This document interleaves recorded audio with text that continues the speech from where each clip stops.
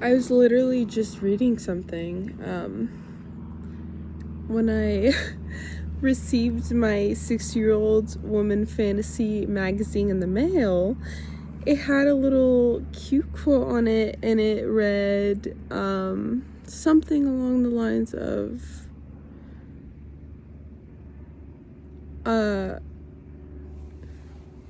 like for paintings, clothing, things like that, dating back to when they were created or when it first started happening, all of the blood, sweat, and tears that went into every painting that was based on a time frame in the war, or just something traumatic happened, or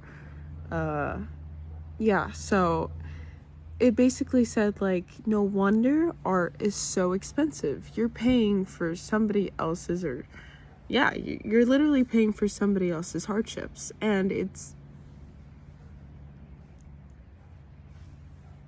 I like that. Because you know what? It is so true.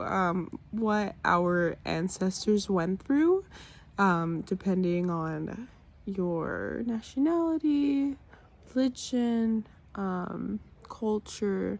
For me, I'm Native American, and my mom's dad, my grandfather, he is Cherokee Indian, and my dad's dad is Blackfoot.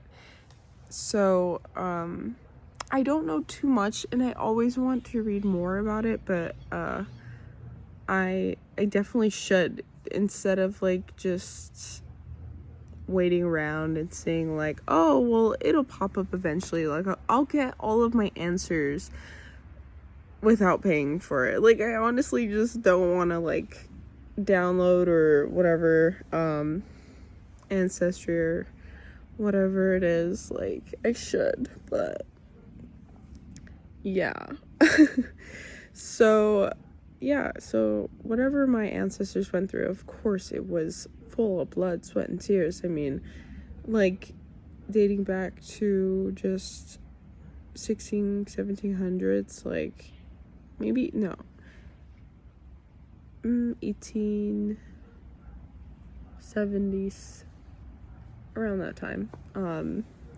Christopher Columbus sailed in, the Native Americans were here, just all of everything that happened and went down. Like, the moms were the wives or mothers of children in Native American land territories take care of the house, and like leading up to now, like, we still do these things because of culture and like what we grew up watching for years and years, and these traditions that lingered on from generation to generation. And so much has truly happened where we have so much to be thankful for, and we should appreciate more of what we have and not look around and like wish for more, because our ancestors literally had to put blood, sweat, and tears. And there's people that just like get a check for creating or recreating like a battlefield, and like, obviously we need to see these things, we need to know these things so that we don't repeat these.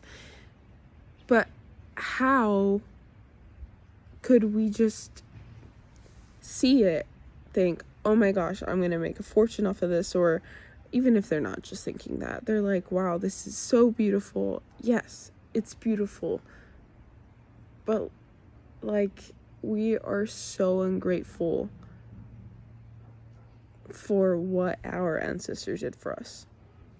And I don't want to keep repeating. I'm not saying like we need to put blood, sweat, and tears, we need to like start a war. Like, no, that's not at all what I'm saying. But like, I think that if we just are more humble, more thankful, more grateful about what we have and what our parents and grandparents and our ancestors as a whole went through for us, so that we are living in a house and roofs overhead, and heat is working, air conditioners working, like running water, stove. And then there's people in third world countries, which is another story, that are also going through similar, most likely worse things out there, and they have like no idea what we are complaining about. And as we look around, it's just, do you really want to end your life, or when your life comes to an end, not end your life, like, don't do that. Don't do that.